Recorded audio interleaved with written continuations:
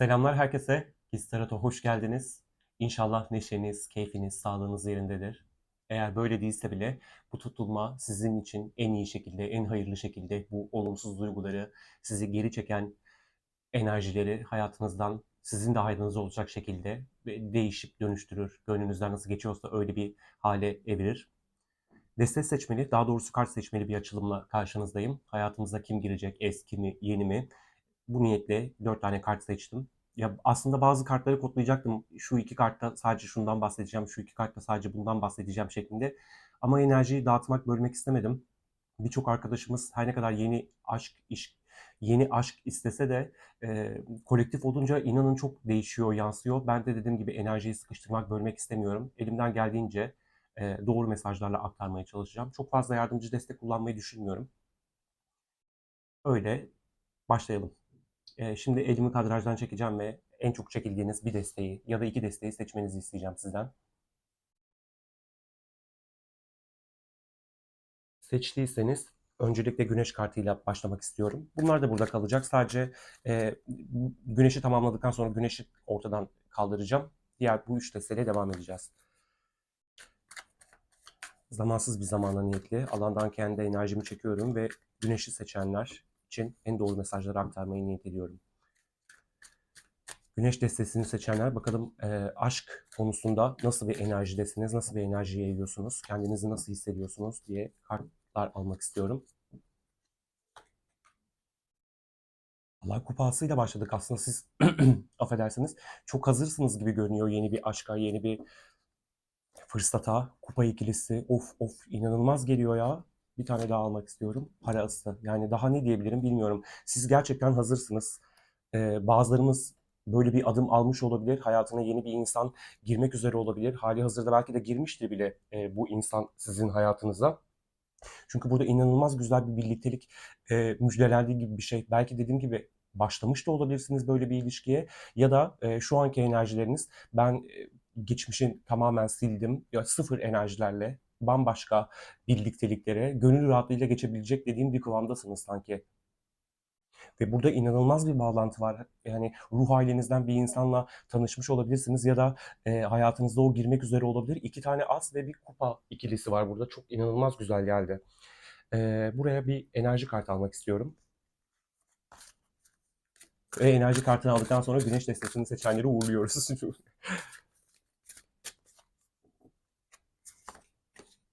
Sevgi dolu kadın. Siz gerçekten yani bunu erkek izleyicilerim de kendilerini sevgi dolu erkek şeklinde alabilirler.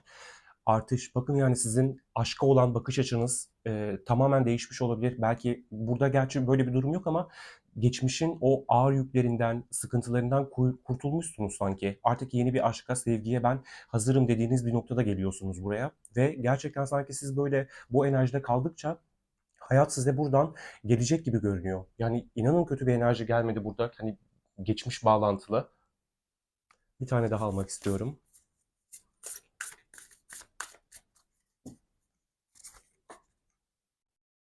Uyum ve denge, haberci. Bakın gerçekten siz o gölge taraflarınızda, bak deste altını da okumak istiyorum size. Fiziksel ve duygusal şifalanma. Sanki siz geçirdiğimiz bu süre boyunca o şifayı almışsınız, iyileşmişsiniz, düzelmişsiniz. Böyle eski kanayan yaralarınız kapanmış ve tamamen ben yeni bir ilişkiye, yeni bir başlangıca hazırım dercesine geliyorsunuz ve İnanın çok güzel bir enerjide, çok güzel bir noktadasınız. Çünkü kartlar size çok kısa bir zamanda sağlam, köklü bir aşkı bahşediyor ve tamamen yepyeni bir şey.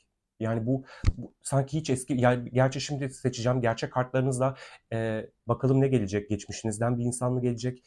Yoksa yepyeni bir insan mı? Bunu göreceğiz ama şu anki enerjiniz o kadar güzel ki doğru aşkı, doğru birlikteliği çekecek noktadasınız. Çünkü siz dediğim gibi üzerinize düşen görevi yapmışsınız, layığıyla yerine getirmişsiniz. Eski sizi geriye çeken duygulardan kurtulmuşsunuz ve ben artık bir birlikteliğe hazırım diyorsunuz. Peki hemen kartlarınızı da almak istiyorum. Dediğim gibi belki bazılarımız hali hazırda tanışmıştır biriyle ve bu ilişki nereye evrilir diye düşünüyor da olabilirsiniz.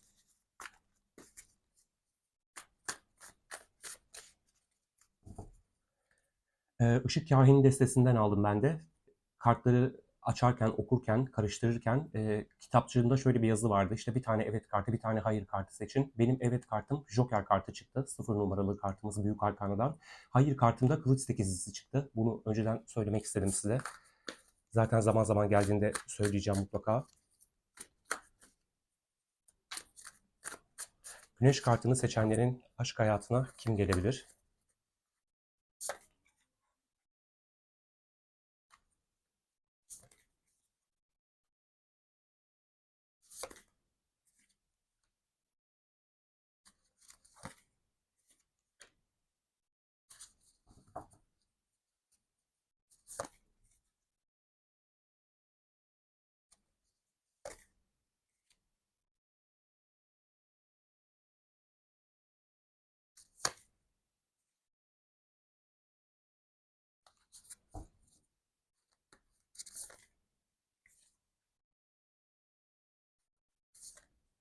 İki kart geldi.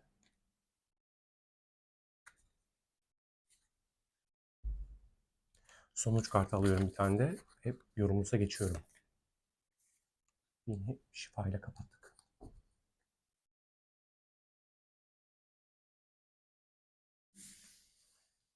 Keşke böyle alsaydım. Yani niye öyle uğraştım bilmiyorum.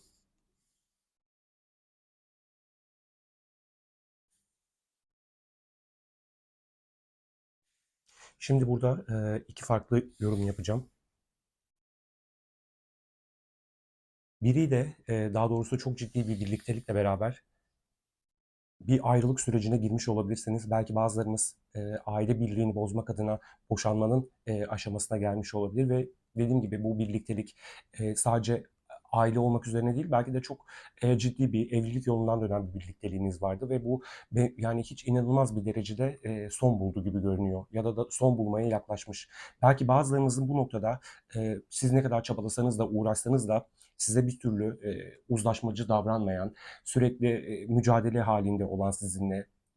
Siz ona duygularınızı açıyorsunuzdur. O insan size bir türlü sizin istediğiniz gibi uzlaşmacı bir tavırla yaklaşmıyordur. Belki bazılarımız için böyle bir durum da gerçekleşecek olabilir. Belki sıkıntılı bir evlilik tam bitmek üzereyken tekrar küllerinden doğup tekrar birlikte olacak olabilirsiniz.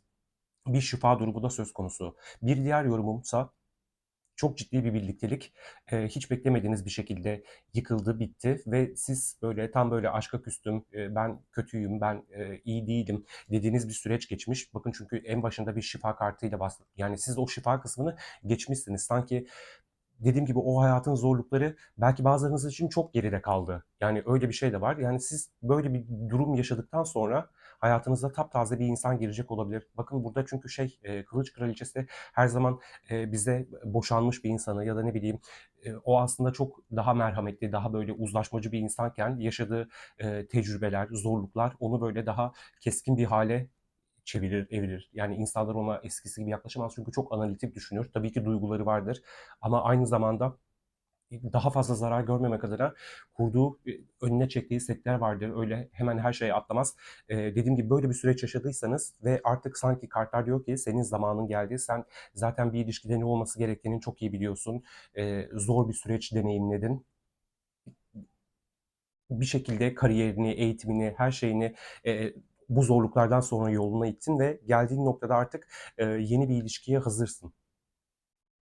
Ya çok güzel geldi ya. Yani inanın o en başta çıkan kartlar çok şeymiş yani bariz belliymiş. Dediğim gibi bu bazılarımız için boşanma akdinin gerçekleştiği bir partner olabilir. Belki bazıları hiç böyle biz boşanmadık ama çok güzel aynı evde yaşadık ne bileyim çok benzersiz deneyimler yaşadık birlikte çok vakit geçirdik dediğiniz bir insan da olabilir. Çünkü burada belli bir yıkım gerçekleşmiş. Yani dediğim gibi belki bazılarımız için bu yıkım birkaç yıl önce dayanıyor. Evli de değildiniz ama hayatınızdan 1-1,5 yıl önce biri çıktı. Belki 1 yıl önce biri çıktı. Şu an geldiği noktada şey de olabilir. Ya ben yüzleştim, senin gibisini göremedim. Şu an sana kurduğum setler için çok pişmanım, çok üzgünüm dercesine geliyor. Ama dediğim gibi eğer ben geçmişimden bir insan istemiyorum diyorsanız burada zaten iyileşmişsiniz. Belli bir zorluğu, belli bir dönemi geride bırakmışsınız ve şifanın da gerçekleşmesiyle beraber yepyeni bir aşk size geliyor. Bir tane daha almak istedim. İçimden niyeyse öyle geldi. Azize kartı geldi. Çok da güzel geldi. Siz zaten dediğim gibi hazırsınız, biliyorsunuz bütün o bir ilişkide olmaması gerekenleri, var olan problemleri yani sezgisel olarak biliyorsunuz, çok açıksınız. Kendi sezgilerinizde ve e, içinizden gelen o bütün her şeye inanıyorsunuz ve güveniyorsunuz. Tam öyle bir noktada ya, inanılmaz bir başlangıç geliği olacak. Bakın yani bir şurada ilk seçtiğim kartlarda bir kılıç ası gelmemişti. Burada değnek ası da geldi. Yani öyle şey de değil. Bayağı isteyeceksiniz. Belki tüm bu şuradaki yaşanan sıkıntılı süreçleri deneyimlerken kendi hayatınızda şey demiş olabilirsiniz. Ben bir daha bu kadar sevemem. Ben bir daha hayatıma böyle bir insan alamam. Dediğiniz noktada öyle bir başlangıç ki gerçekten aşkı iliklerinize kadar hissedeceğiniz bir an. Dediğim gibi bazılarınız bu insanla tanışmış olabilir. Yani eski bir partnerden ziyade şu an konuşuyordur, flörtleşiyordur, mesajlaşıyordur, ne bileyim aranızda bir iletişim vardır. Böyle bir insan da olabilir. Ama dediğim gibi yani üç olasılık da çok mümkün gibi görünüyor bu destede. Evet, şimdi 24 numaralı kalp kartımıza geçiyoruz. Bu videoyu, daha doğrusu bu desteği beğendiyseniz ne güzel ne âlâ. Umarım her şey çok hızlı bir şekilde, arzu ettiğiniz şekilde akar hayatınıza deyip hemen kalp destesine geçiyorum. Selamlar tekrar. Şimdi kalp destesini seçenler, daha doğrusu kalp kartını seçenlerin şu an aşk için yaydıkları enerji, ruh halleri, duygu durumları nasıl? Bunu aktarmaya niyet ediyorum. Zamansız bir zaman, açılımın başında belirttiğim gibi. Evet, doğru mesajlar size aksın. Aşkla ilgili enerjiniz ne durumda şu an?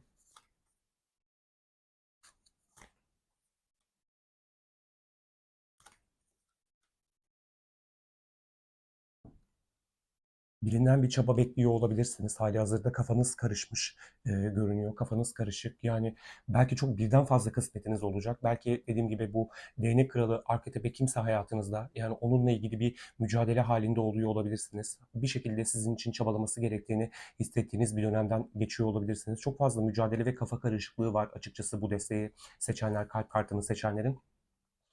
Destek almak istiyorum. Enerjiniz ne durumda?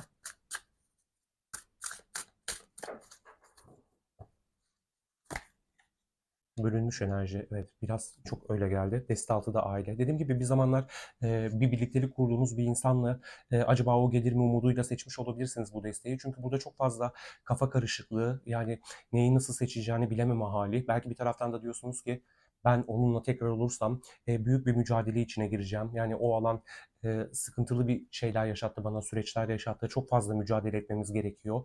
Bir taraftan da çok çekiliyorum ona. Yani enerjisi bambaşka, çok karizmatik, çok büyüleyici bir insan ama bir türlü benim için istediğim ölçüde bana yaklaşmıyor. Benimle e, doğru bağlantıları kurmuyor. Benim için mücadele etmiyor dediğiniz bir nokta olabilir ve dediğim gibi bu sizin kafanızın karışmasına sebep oluyor olabilir.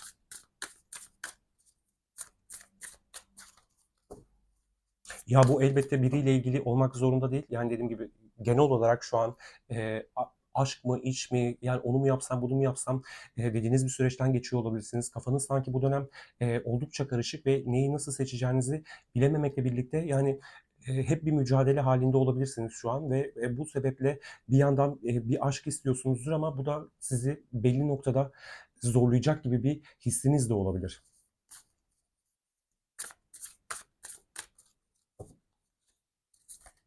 İki tane geldi.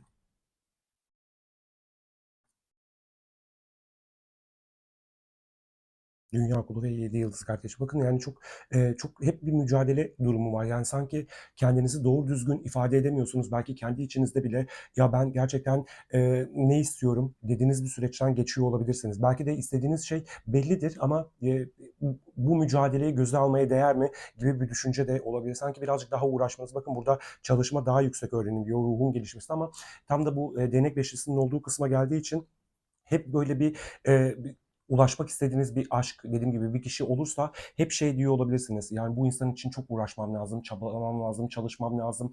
Çalışmaktan ziyade yine sözün özü uğraşmaya geliyor. Kırılıp açmakmış deste altımızda. Hayatın simyasına teslim olun. Yani dediğim gibi bir türlü akışa teslim olamıyor olabilirsiniz. Çünkü çok gelgitli bir enerjiyle uğraşıyor olabilirsiniz. Bir görünüp bir kayboluyor olabilir. Dediğim gibi siz tam uzaklaşırken o bir şekilde kendini var ediyor olabilir. Bir şekilde size kendini onu unutmamak adına anımsatıyor olabilir. Çok öyle geldi.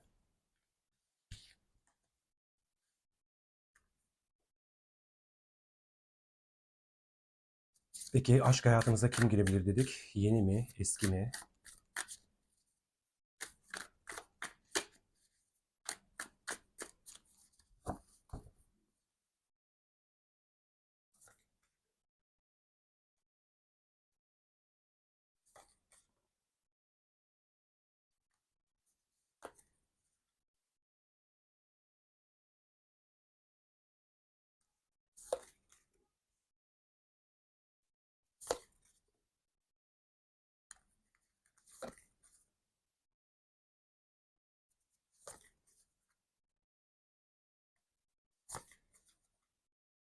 Son bir tane daha alıyorum.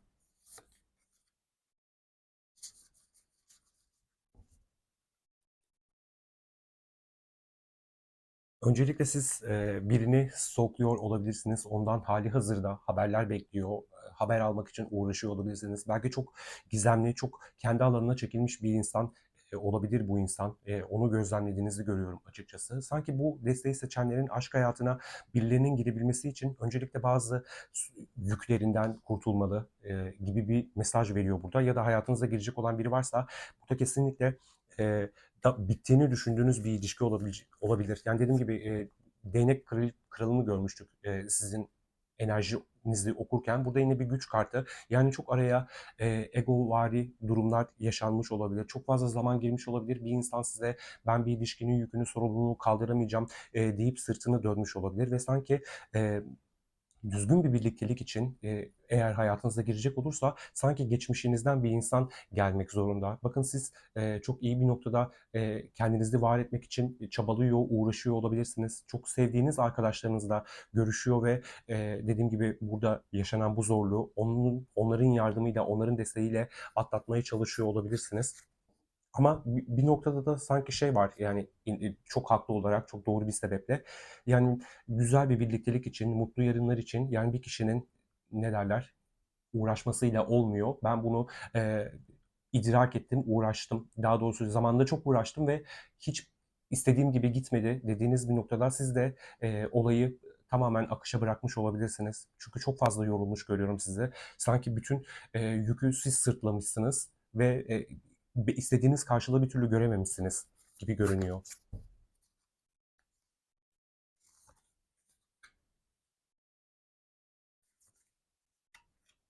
Şurada çok göz kırptı. Bir tane daha alacağım. Bakın bu insan yani karşılıklı bir saplantı geliştirmiş olabilirsiniz ya da böyle dediğim gibi çok e, çekiliyorsunuzdur birbirinize. Bir bağlılıktan ziyade burada bir bağımlılık gibi duygu söz konusu. Bakın dediğim gibi çok buraya yansıyan durum tamamen geçmiş etkili bir insan gibi görünüyor. Yani bazı durumlar tam olarak aranızda kapanmamış, bitmemiş ve bu döngü bir şekilde devam edecek olabilir. Sanki aşk hayatınıza gelecek olan insan sizin yine de kafanızı karıştırabilir. Aman dikkatli olun. Çünkü burada kader çarkını görüyorum. Onun altında bir büyücü kartı var, aziz kartı var. Yani sanki kartlar size şey diyor. Lütfen geçmişinde yaşadığınız zorlukları, o alma verme dengesini kaçırınca, yani dost kaçınca ve sen çok fazla vermeye başlayınca ilişkinin ne hale geldiğini asla unutma. Çünkü burada bir şekilde bir görünüp bir kaybolan bir insan var. Yine aynı insan bir şekilde senin hayatına çekilecek olabilir. Çünkü senin yokluğunu hissettikçe bir şekilde kendini gösteriyor ve tekrar ben buradayım, hadi gel, tekrar görüşelim, bir şeyler içelim. Belki daha fazlasını teklif ediyor olabilir size. Çünkü burada sizinle aynı şekilde o da bazı şeylerin büyüsüne kapılıyor görünüyor. Ve dediğim gibi sanki bu hikaye tam olarak bitmemiş gibi bir durum söz konusu. Ama kartlar hep şey diyor. Siz zaten bekliyorsunuz bu insanı. Bir şekilde gelsin, daha doğru düzgün bir şekilde bir adım atalım birbirinize. Yani benim için uğraşsın, benim için çabalasın dediğiniz bir noktada. Bakın o kadar çok kart seçtim. Hani böyle çok da ne derler yeni bir aşk, olumlu bir aşk diyemiyorum. Çünkü burada gerçekten bir takım dersler var ve o dersler alınmamış gibi bir durum söz konusu. Bu sizden kaynaklanıyor demiyorum elbette. Yani hayatınıza gelen bu gelgit insan yüzünden olacak olabilir bütün bu enerjiler. Siz bu insanı hala bekliyorsunuz dediğim gibi ve bu insanın da yani bu insanı beklerken bir sürü korku, bir sürü durumla yüzleşiyor olabilirsiniz kendi içinizde. Yani bir kararın eşinde olabilirsiniz. Ne kadar bu korkularınız da olsa hala onu çok çok seviyorsunuz ya. Çok çok öyle görünüyor gerçekten. Yani dediğim gibi iletişim konusunda da sizi de geri tutan sebepler var. Yani asa dokuzlusu, değnek dokuzlusu bizi yardımcı yönetici gezegeni ay kartına götürür tekrar. Dediğim gibi çok fazla belirsizlik var ve tamamen bu belirsizlikler duygusallıktan kaynaklanıyor. Kupa kraliçesinde gördük. Çok fazla dediğim gibi vermiş olabilirsiniz bu insana. Kendinizden ödün de olabilir. Yani çok fazla akıtmışsınız sevginizi sanki. Çok öyle bir enerji var. Lütfen dediğim gibi burada yaşadığınız bu zorlukları asla unutmayın. Çünkü bu insan gelecek ama ne kadar doğru dürüst istediklerini size verebilecek. Bunları asla unutmadan hareket edin. Yani evet kartımızı da gördüm burada. Aşk hayatınızda geçmişinizden bir insan gelecek ama yani bu geliş nasıl bir geliş? Lütfen bunu siz değerlendirin, takdir sizin. Dediğim gibi çok fazla kupa kraliçesi enerjisine geçmeyin. Birazcık daha sağlıklı sınırlarla ilerleyin birbirinize. Evet yani karşınızdaki partner biraz tehlikeli olabilir ve siz de karşı konulamaz bir derecede çekiliyor olabilirsiniz. Ona karşılıklı bir bağımlılık ya da bir çekimden bahsediyor olabiliriz ama lütfen tekrar bu hale gelmeden önce onun sizin için neler verebileceğini, nasıl yaklaşabileceğini iyice bir gözlemleyin derim. Evet, şimdi yıldız kartımıza geçiyoruz. Selamlar tekrar. Şimdi yıldız kartı için mesajlar almaya başlıyorum. Öncelikle ruh haliniz nasıl? Aşka nasıl bakıyorsunuz? Aşk enerjiniz ne durumda? Bunlar için kart seçiyorum.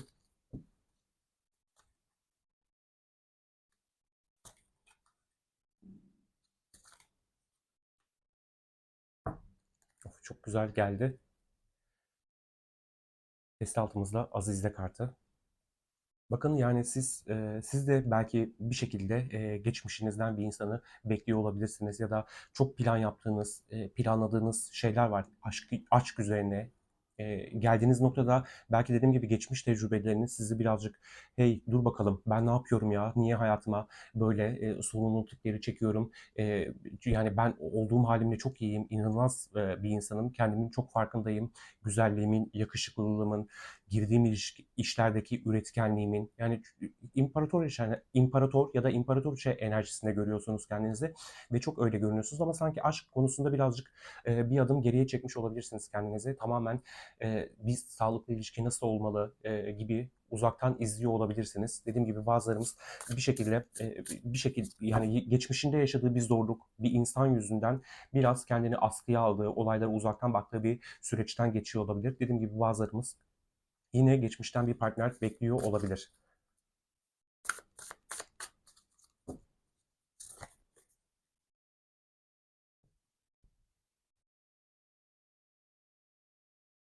Çok güzel geldi ya. Güzelliğe teslim olmak, Venüs enerjisi, zevk, neşe, yaşamla sevişmek. Yani tam da İmparatorça kartını anlatan türden bir kart geldi. Bakın yani kendini adadığınız ve istediğiniz sonuçları elde edemediğiniz, daha doğrusu sizi beslemeyen ilişkiler yüzünden kendinize döndüğünüz hayatı dokunaklı bir dua haline getirin kartıyla. Yani sanki siz artık yaşadığınız tüm zorluklardan kendi kabuğunuza çekilmiş ve kendi hayatınızı nasıl daha iyi var edersiniz gibi bir bakış açısıyla bakıyorsunuz aşka. Dediğim gibi tam olarak. Peki nasıl bir enerjidesiniz?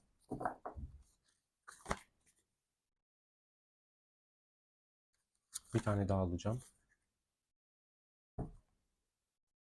Büyük başarı deste altımızda. Yani belki bazılarımız dediğim gibi bu andaki güç kartıyla burada aslan ve kaplan da çok görüyorum. Birazcık inat enerjileri de hakim olabilir. Bir türlü yani bir yandan aşk hayatı ile ilgili belli bir takım niyetleriniz olabilir. Yani şöyle bir insan gelirse onunla başlayabilirim ya da aklımdaki insan şu ego durumlarını bir kenara ayırıp doğru düzgün bana adımlar atarsa onunla olabilirim.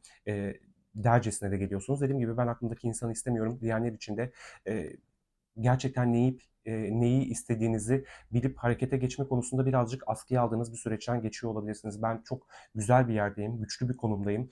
Daha da kendimi iyi etmeye çalışıyorum ve hayata dair inanılmaz planlarım var. Bir sürü şey düşünüyorum dediğiniz bir noktada olabilirsiniz. Bir yandan dediğim gibi başlatma enerjisi taşıyorsunuz. Bir yandan da birazcık daha durup daha uygun zamanda harekete geçmeliyim dercesine geliyor.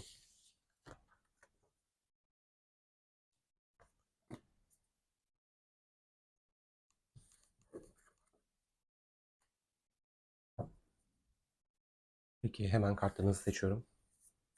Ben durduğum zaman karıyorum ama bir kez daha burada çıkarmak istiyorum gözünüzün önünde.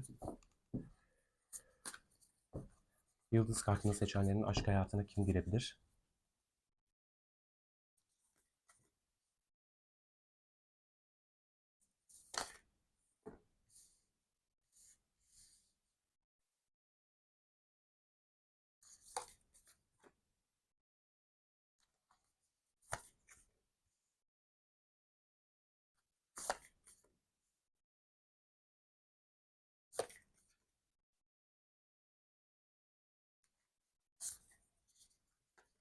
Çok çok manidar ya. Daha almaya gerek var mı bilmiyorum ama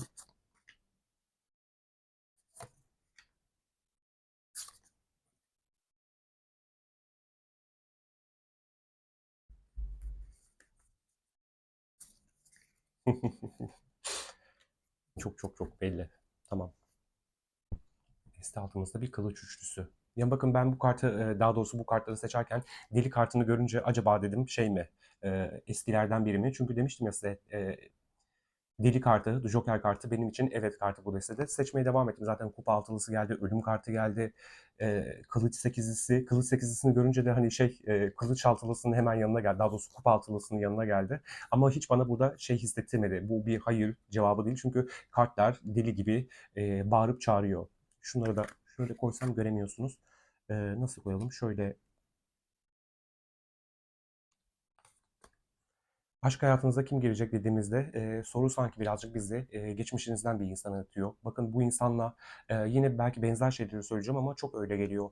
Yani çok fazla uğraşmışsınız. Bu ilişki, daha doğrusu ilişkiyi oldurabilmek adına. Yani ayrıl barış bir ilişkiniz de çok olmuş olabilir bu insanla. Böyle tam özleyip özleyip kavuşmalar gibi durumlar da söz konusu olabiliyor. Yani burada adalet kartı, şeytan kartı, kılıç üçlüsü, kupa dörtlüsü görmüş müydüm? Yok kupa dörtlüsü yokmuş. Tamam. Bir an kupa dörtlüsü gördüm sanıyorum. Daha doğrusu sandım. Yani bu insan size büyük bir haksızlık yapmış olabilir. Yani şeytan kartı ve kılıç üçlüsüyle yani aldatmış diyemem elbette. Belki bazılarımız bu durumu deneyimlemiş de olabilir. Ya da çok fazla gözyaşı dökmüştür sizde. Yani duyguları konusunda çok manipülatif davranmış olabilir. Yani duygularını sağlıklı bir şekilde göstermemiş de sanki her şeyi olması gerektiği şekilde ilerletmiş gibi bir insan görünüyor burada. Dediğim gibi çok fazla zihin çalıştırmış. Yani o kadar sanki bir projeymiş gibi yaklaşmış ki belki bu dediğim gibi yaşadığınız ayrılıklardan sonra da olmuş olabilir. Yani sanki sistemli bir şekilde ben çok yorgunum, yapamıyorum, edemiyorum dercesine kendini bir geriye çekmiş. Halbuki yalan bu insanın da size duyguları varmış. Tabii yani burada şeytan kartı kılıç yani o kadar enteresan bir kombin ki yani bu insan duyguları olduğu halde size yorgunum diye çekmiş olabilir kendisini geriye. Çünkü burada çok sağlıklı bir enerji yok açıkçası. Yani belki belli bir dönemi okuyoruz burada ama bu desteği seçenler için aşk hayatına kesinlikle geçmişinden biri gelecek diyebiliriz. Çünkü bu insan bağlantınızın farkına varmış olabilir. Ermiş de ölüm kartı alt alta geliyor. Dediğim gibi sizin yokluğunuzda ben yani çok doğru bir insana yanlışlar yaptım. O benim için çok doğru düzgün bir insandı diyor olabilir şu an hali hazırda. Ve dediğim gibi belki size adımlar atmıştır. Siz artık ben hani bu ilişki için daha fazla yormayacağım, kendimi hiçbir şey yapmayacağım deyip geri çevirmiş olabilirsiniz. Ya da şöyle bir yorum da yapabilirim. Belki siz de çok büyük özlemlerle hareket edip bir şekilde ilişkiyi kurtarmaya çalıştıkça bu insan hani hiçbir şey yapmamış olabilir. Burada Asa dokuzlusunda söylemiştim. Bu aslında bir yalan. Bunu biraz sistemli bir şekilde yapmış, planlayarak yapmış. Ve siz ne kadar onun sevginizi açsanız da bu insan bir türlü duygularını size göstermemiş olabilir.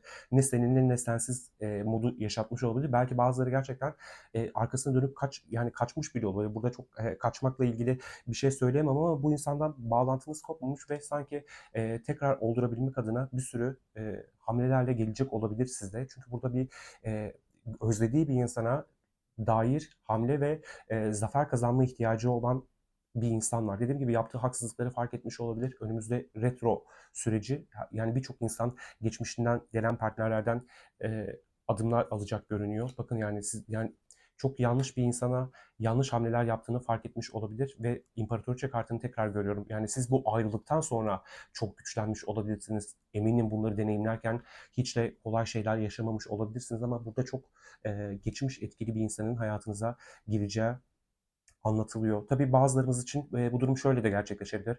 Ben hani bana o kadar gözyaşı döktürdü, o kadar zorluk yaşattı ki hani o gelse de ben onu istemiyorum dediğiniz kişilere de gerçekten düzgün bir yeni bir birliktelik de vaat ediliyor olabilir kupasıyla. Belki şu an gerçi şu an enerjisinde iyi görünüyordunuz ama aşk konusunda asılan adamı görmüştük orada. Burada bir kılıç sekizlisiyle beraber bir yanım istiyor ama bir yanım da tekrar aynı şeyleri deneyimler miyim? Bir insana güvenebilir miyim? Ne kadar bana duygularını da açsa, gönlünden geçenleri de aktarsa bir noktada zorluk yaşıyorum diyorsanız da biraz belki bu durumu sürdürecek olabilirsiniz ama sanki size teklifler edilecek gibi görünüyor. Dediğim gibi ama yani çok büyük bir enerji olarak burada çok uğraştığınız, mücadele verdiğiniz ama bir türlü olduramadığınız bir insanın hayatınıza girmesi var ve sanki bu insan size vaktinde büyük büyük haksızlıklar etmiş. Dilerim hayatınıza en doğru insan girer ve siz onu ruhsal olarak çekilirseniz. Burada çünkü güzel bir bağlantıya zarar vermiş bir insan görünüyor açıkçası. Yani cinsiyet demek istemiyorum ama burada çok yani eril eril bağıran bir enerji söz konusu. Evet, şimdi anahtar kartına geçiyoruz. Selamlar. Şimdi anahtar kartına geldik. Bakalım aşk hayatınızda nasıl bir enerji yayıyorsunuz, nasıl bir durumdasınız? Bunlar için 3 kart istiyorum.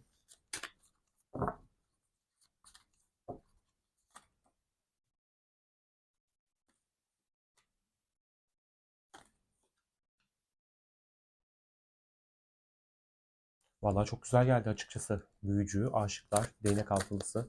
Siz zaten bir zaferin ucunda olabilirsiniz. Verdiğiniz bir kararı oldurabilmek adına mücadele ediyor olabilirsiniz. Ya da verdiğiniz bir karar, kurduğunuz bir etkileşim size doğru kararı aldığınızı hissettiriyor olabilir. Dediğim gibi belki bazılarımız biriyle tanıştı ve hayatına onunla devam etmek istiyor. Çok öyle bir durum söz konusu. Belki bazılarınız bu desteği seçenler dediğim gibi doğru düzgün, sağlıklı bir iletişim almış ve bu iletişimle beraber daha zaferli, daha mutlu, umutlu günlere doğru ilerliyor olabilir. Şu an olumlu bir hava yayıyorsunuz, olumlu bir enerjiniz var. Belki dediğim gibi biriyle tanıştınız ve bu tanıştığınız kişiyle nasıl olacak, nasıl ilerleriz diye dinliyor da olabilirsiniz. Ya da sizin enerjiniz öyle iyi ki yakında çok güzel bir şans faktörü hayatınıza denk girecek ve olduğunuz halinizden daha kısmetli, daha bereketli bir hale bürüneceksiniz. Peki bir enerji kartı istiyorum buraya. Belki de bakın kurban zihniyle geldi. Aşıklar kartı aynı zamanda bir seçim kartıdır. Buraya bir tane daha kart alacağım. Karanlık düşünceler. Peki bunları mı bıraktınız? Şöyle bir şey olabilir. Aşıklar kartıyla bir seçim. Belki çok mutsuz, umutsuz hissettiğiniz bir an vardı. Yani bu tamamen sizin zihinsel bir durumunuz olabilir. Tabii yaşadığınız bir zorluk vardır ama bir türlü o zorluğu atlatamıyor, aşamıyor gibi hissettiğiniz bir dönemden geçmiş olabilirsiniz ama sanki şunun kararını da vermiş olabilirsiniz. Ya ben herkes gibi çok büyük büyük zorluklar yaşıyorum, deneyimliyorum ama yeter artık şu kupa dörtlüsü enerjiden çıkıp hayatıma ah vah demeyip bu karanlık düşüncelerden sıyrılmak adına bir karar aldım dediğiniz bir süreçten geçiyor olabilirsiniz ve sanki bunun sonunda belki şu anın enerjilerinde hissediyor olabilirsiniz. Ben doğru adımlar attım, doğru yolda ilerliyorum dediğiniz bir süreçten geçiyor olabilirsiniz. İşte yolculuğunuz tamamen kendinize olabilir ve dediğim gibi değnek altılısıyla beraber e, bu ya dediğim gibi deneyimliyorsunuz bunu ya da çok kısa bir sürede hani doğru yolda olduğuma ben eminim dercesine geliyor kart. Bakın yani daha huzurlu bir noktaya evriliyorsunuz. Şuradan da almak istiyorum. Yine 2 tane, 3 tane gelmiş. Bunu atlatacaksınız. Yeni çözümler ve başlangıçlar. Bakın dediğim gibi zaten bunu atlatmaya mail etmiş ve hissediyor olabilirsiniz. Evet ben yani tamamen şu kartları destekler nitelikte geliyor. Siz zaten topraklanarak ne bileyim bu düşüncelerden vazgeçerek ayrılarak daha aktif, daha ne bileyim iletken yani size iyi hissettirecek alanlara doğru bir aktif bir enerjiye bürünmüşsünüz gibi görünüyor ve bu aşıklar kartı da tamamen bu zihniyetten çıkmak için verdiğiniz bir karar doğrultusunda geliyor. Şuraya bir tane ekstra kart almak istiyorum. Öğrendiğiniz durum ne burada? Özgürlük, kendi mutluluğumu yaratacak güce ve özgür iradeye sahibim. Çok güzel geldi. Bakın bir noktada çok tıkanmış ve bu ağır enerjileri yaşamış. olabilirsiniz. Belki dediğim gibi bazılarımız halihazırda yaşıyordur ve buradan nasıl çıkacağını biliyordur ama o gücü tam içinde derinlerinde bir yerde bildiği halde çok harekete geçemiyordur ama sanki Aşıklar Kartıyla bu karar verilmiş ve kendinizi mutlu edecek alanlara yol edecek olabilirsiniz. Sanki süreç biraz zorlu gelebilir size ama ben birazcık daha disiplinli olacağım. Verdiğim kararların arkasında durup bu alana geçeceğim dediğiniz bir noktada dercesine geliyorsunuz. Peki hemen kartlarınızı seçmek istiyorum.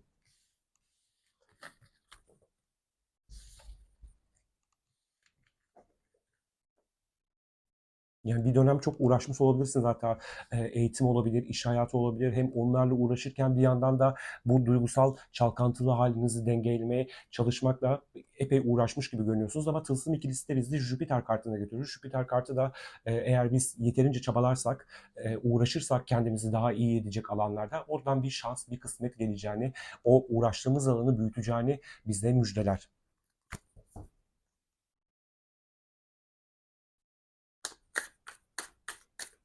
Aşk hayatınıza kim gelecek? Ama yani çok şey geldi ya. Şimdi muhtemelen eskilerden biri gelecek. Bana kızacaksınız sonra. Hani yeni aşk okumasıydı bu? Aşk hayatınızda kim gelecek dedik. Yeni mi, eski mi?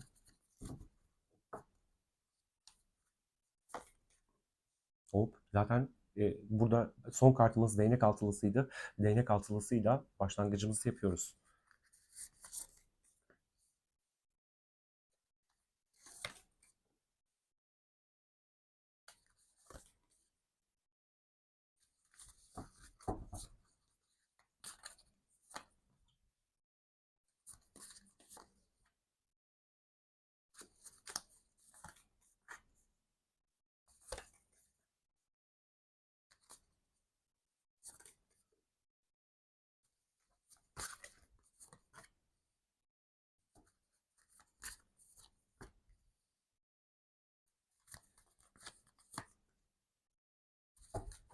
Çok güzel geldi. Çok güzel geldi. Bakın burada çok güzel bir yorum geliyor şimdi. Siz yani o kadar zor bir süreçten geçmişsiniz ki ben o kartları boşu boşuna seçmemişim.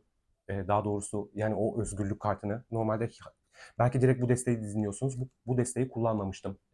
Hiçbir 3 kartta da. Sizde bir kullanma ihtiyacı duydum. Çünkü gerçekten zorlu bir süreçten geçmişsiniz gibi görünüyor.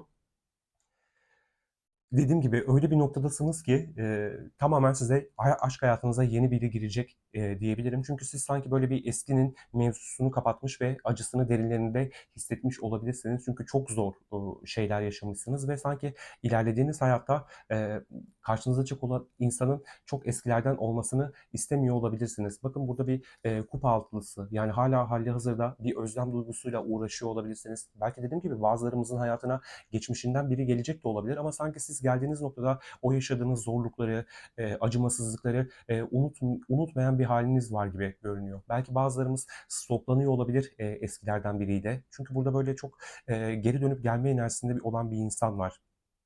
Ama siz yani dediğim gibi bir birliktelik konusunda bu benim hayatıma girecek. Belki zamanında size çok büyük bir haksızlıklar yaptı. Arkanızdan işler çevirdi. Dediğim gibi bir haksızlık durumu söz konusu.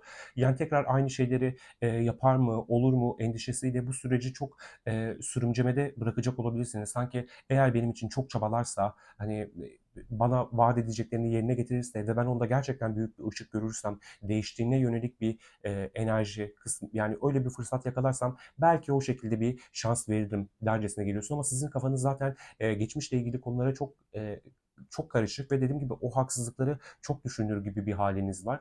Yani burada dediğim gibi seçim sizin elinizde. Size çünkü yeni bir aşk da müjdeleniyor araba kartıyla. Sanki yeni bir yön, yeni bir yere gideceksiniz. Sanki hali hazırda bunu içinizde hissediyor bile olabilirsiniz. Evet, geçmişimdeki o aşk çok güzeldi ama çok acı tarafları vardı. Benim için çok öğretici dediğiniz bir nokta. Yani çok verici olduğunuz bir halden kılıç kraliçesine dönmüş olabilirsiniz. Çünkü sanki yaşadığınız o yokluk, o insanın size sırtını dönmesi, dediğim gibi o sağlıksız durumlar sizi olduğunuzdan bambaşka bir hale çevirmiş olabilir.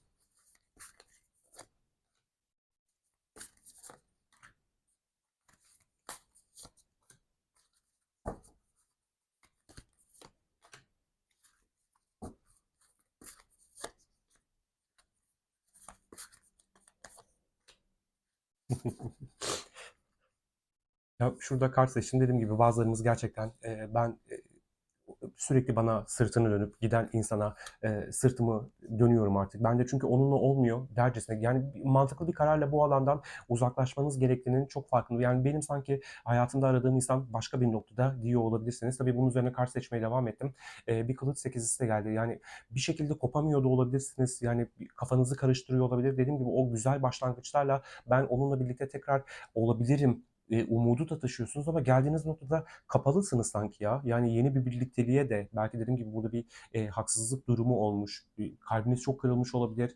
E, ilişkiye bakış açınız komple değişmiş olabilir, sarsılmış olabilir. Sanki kartlar diyor ki yani e, seninle bir sürü fırsat geçecek. Yani sana bir sürü imkan tanınacak sistem tarafından. Kafan daha da karışacak olabilir. Çünkü bir yandan geçmişe duyduğun bir özlem, dediğim gibi çekiliyor olabilirsin. Bir yandan da hani özlüyorum ediyorum ama yani bu ilişkinin de bir yere varmayacağını hissediyorum gibi bir haliniz var. Siz çok kapalı görünüyorsunuz açıkçası.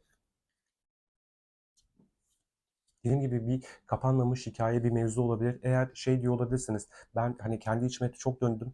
Yani geldiğim noktada yani ne istediğimi çok iyi biliyorum ama bunun için bir enerjim, ileriye gidecek bir güç bulamıyorum içinde diyorsanız birazcık daha dinlenmeye devam edin. Sanki o doğru karar size verecek o belki dediğim gibi özgürlüğü seçtiğiniz yolda ben geçmişimdeki kimseyi istemediğimi dediğiniz anda daha kuvvetli arzularla geleceğe yönelik hamleniz olacak olabilir. Bakın yani kılıç sekizlisi üzerine kılıç olması geldi. Dediğim gibi bu ne istediğini bilemez, hareket edemez halinizi yakın bir zamanda kapatacak olabilirsiniz. Yani çünkü siz gerçekten bu ilişkiden, bu yaşadığınız zorluklardan sonra çok güçlenmişsiniz. Çok inanılmaz bir hale evrilmişsiniz. Yani bir daha sevemem dediğiniz noktada gerçekten güzel bir teklifle sağlam, somut adımlarla gerçekten elle tutulur ve hani belki geçmişinizdeki bir insan hani kabul edenler de illa olacaktır. O doğru düzgün bir şekilde yaklaşırsa size ve bunu gerçekten içsel olarak size hissettirir. Ben hani aktarabilirse size belki bu insana da tekrar sıcak bakacak olabilirsiniz. Dediğim gibi bazılarınız da gerçekten bitirecek olabilir. Çünkü çok fazla acı ve gözyaşı var burada. Sanki dediğim gibi son gözyaşlarınızı da döktükten sonra o böyle hafiflediğiniz enerjilerde bambaşka insanlara da meyledecek olabilirsiniz. Ama sanki birazcık daha bu destenin iyileşmesi için demeyeyim ama kafasının netleşmesi için çok azıcık daha zamana ihtiyacı olabilir. Çünkü biraz zor bir deste. Şu an hali hazırda neyle uğraşıyorsanız onunla uğraşmaya devam edin. Çünkü burada güçlü bir bağlantı var ya. Para kralı ve para kraliçesi geliyor.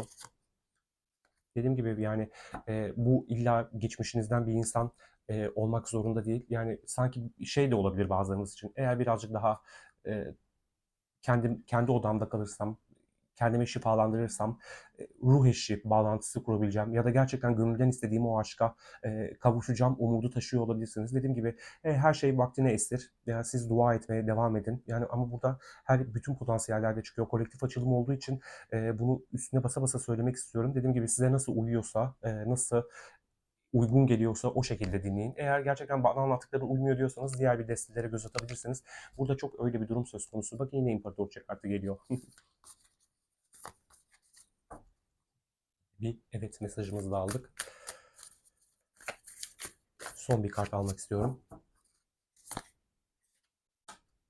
Mahkeme kartıyla kapatıyoruz. Kılıç dokuzlusu. Yani dediğim gibi çok büyük istedikleriniz, niyet ettiğiniz o şeyler neyse zaten size akacak. Dediğim gibi her şey vaktine esir. Dediğim gibi bazılarımız bir yüzleşme, belki gerekli konuşmalar, anlatılar ve çabalardan sonra geçmiş bir partnere de dönebilirsiniz. Çünkü burada ölüm ve bitiş vardı. Yani yeniden doğuş yine üzerine bir Plüton etkisi, Plüton etkisi diyorum mahkeme kartıyla beraber tekrar bir şeyler yerine oturacak olabilir. Büyük yüzleşmeler yaşanacak olabilir. Siz bitti sandığınız bir ilişki tekrar canlanacak olabilir. Ya da ben kendimi buldum. Bu ilişki gerçekten benim büyük bir şekilde dönüşümüme sebep oldu. Artık küllerinden yeniden doğup bir aşka hazırım, o arzu ettiğim aşka, birlikteliğe hazırım dercesine geliyorsunuz. Ve yine kardım ama yine evet kartını da gördüm. Evet, açılımımız böyleydi. Daha doğrusu açılımlarımız. Umarım hoşunuza gitmiş, umarım beğenmişsinizdir ve umarım en doğru mesajları sizlere aktarabilmişimdir deyip açılımı kapatmak istiyorum. Bugün sizi biraz açılımlara boğacağım. Şimdi kafamda 2 açılım daha var. Onları da gerçekleştirmek üzere bir kahve molası verip hemen devam edeceğim. Kendinize çok iyi bakın. Görüşmek üzere.